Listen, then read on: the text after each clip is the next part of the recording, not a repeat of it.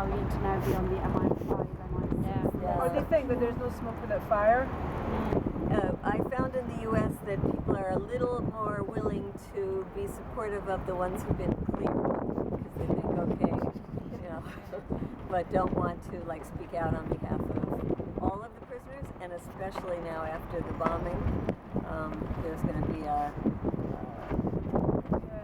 more of a reticence. One of the suggestions that we could perhaps consider doing, and it's unfortunate we have to even go to this length, is maybe tell more humane stories about these people, about what they used to do in their ordinary lives. That's a great idea. Yeah. Just so people can relate to them a lot more.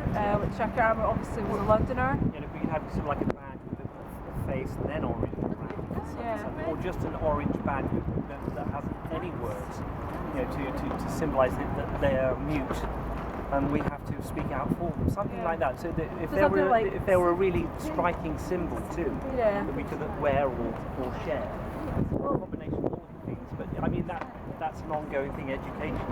One of the problems we have outside of the United States is that most people think that Guantánamo Bay actually shut down in 2010 because somebody said he was going to close it, but he made a promise about it. So a lot of times, I mean, even when we're standing outside the embassy, people will walk past and say, well, didn't Obama close? And I'm thinking, well, if he did, what am I doing here, So, and what are we doing here right now if he apparently closed it so many years ago? So, we have this problem that people think that there isn't an issue. And of course, the other thing that we haven't been able to kick for the last almost 12 years is that people think that these are actually terrorists. Terrorism is a criminal activity. Criminals tend to be convicted. So if these people are being held, but there's no charge and there's no trial against them, then actually what I would call it, and what I feel people should be calling it now, is a hostage crisis. These people are hostages. They're not prisoners. So Shaka Armour did the piece, the piece came out in the New York Times. No, that was another prisoner. I've got that if anybody Yeah. wants to read it, because that's a large part of the reason why we're here today. That had a huge impact in the U.S. That was sent around and around, and of course, things like that really make a difference when people, because it's the stories, when people tell their stories. Having to get the off point, one of the things Sam's do, we've got little orange badges, which has just got Shaka Armour's prison number on. And I haven't got it today, but you wear that, and then people say, what's that badge mean? And then it starts a conversation about, the issues and why he's still there. So that's quite a good. Another question I wanted to ask you, just think that how easy do you find it to link up with other organisations, to work as an individual organisation, but working together as a cooperative? Within the U.S. or? Globally, within the U.S. in particular, but globally in general. There's a real desire for groups to work together now. We used to be so big under the Bush years that we could fight with each other. Yes. Now there's so few of us, we need each other. So the same groups that used to clash are now like, oh, I'm so glad somebody's doing this. Yeah, so that's there's a really wonderful group called Witness Against Torture. Do you know them? Yes, we work with them. They're fabulous, and they've been organizing every single year, and they've been organizing more recently around the hunger strike, and so we all respect them and want to work with them. Yeah. And so in general, I think the organizations work well together. What we haven't done enough, I think, is hook up with you all and hook up with groups in Canada and groups in other countries. Can you tell us a bit about your own organisation? I'm not familiar with Code Pink.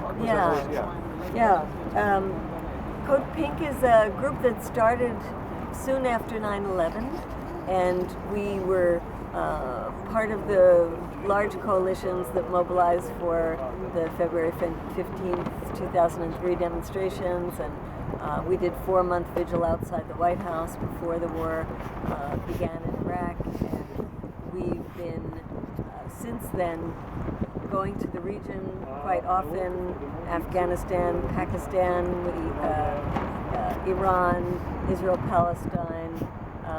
We're planning a trip to Yemen next month. We've been very active. People know us a lot for going into Congress and interrupting Congress all the time, because we do that regularly. Well We're the done. ones that stand up and start yelling and get hauled off to jail. And most recently we've been working on the drone, so this is a book I just put out.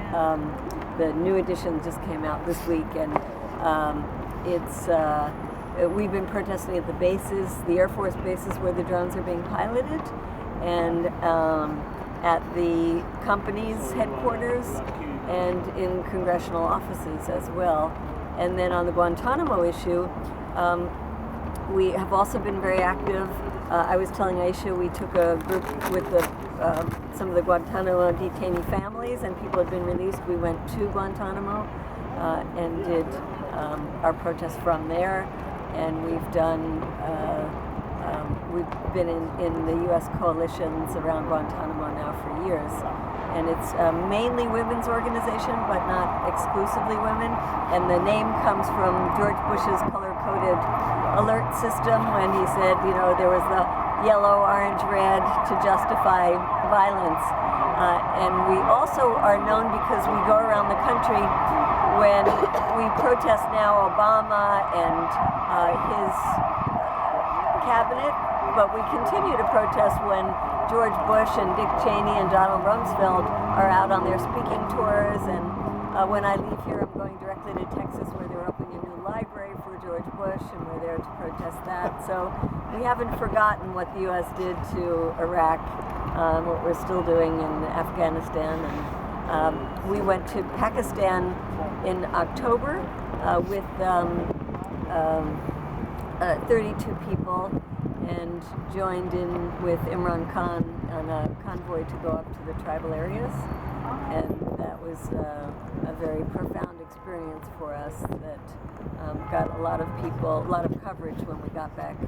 We were able to really teach people about how we're being lied to, that these drones are precise and they only kill militants and that kind of thing. Actually, can I share something else with everyone? We have an annual Lobby Parliament Day, which focuses on Palestine every November. I think many of you must know about that. I just thought perhaps we could try and set up the same thing, but just focusing on Guantanamo, and maybe with a slight kind of element also focusing on drones.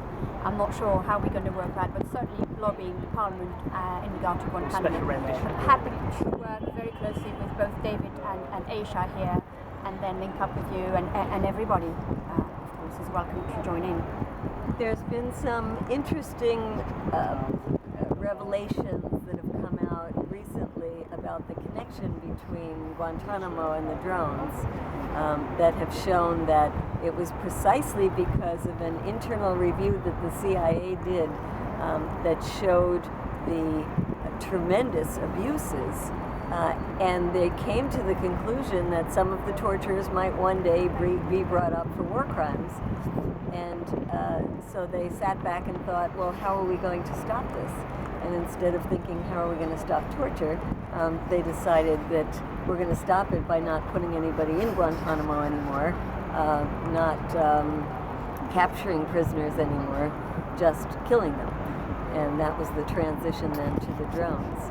So there is, unfortunately, a very clear connection between the indefinite detention and the switch over now to just vaporize people with Hellfire missiles. So, yes, it's good to connect them.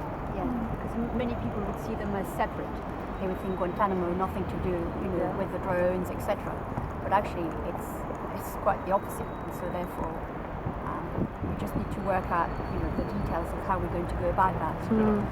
Well, I mean, because that's the other way that Britain and the US are so very much linked together in our special friendship, is that it's not just Guantanamo Bay and collusion in, opening and keeping Guantanamo Bay open. It's also the fact that we've been so much up to our necks in torture and things like that as well. So we've all been in it together, and that's one of the things, the collusion between the United Kingdom and Bahrain, Pakistan, Afghanistan, Iraq. The torture methods used in Guantanamo Bay, they're the ones that they use in Northern Ireland over here before. There was like a 40-year break. And even the question that was asked by the inquiry here was, how did these things come up again when they'd been banned so many years ago? That's a very good question. It hasn't been answered yet. And I think everybody has the right to know what the answer to that question is. So there's a lot of things that we are very similar on.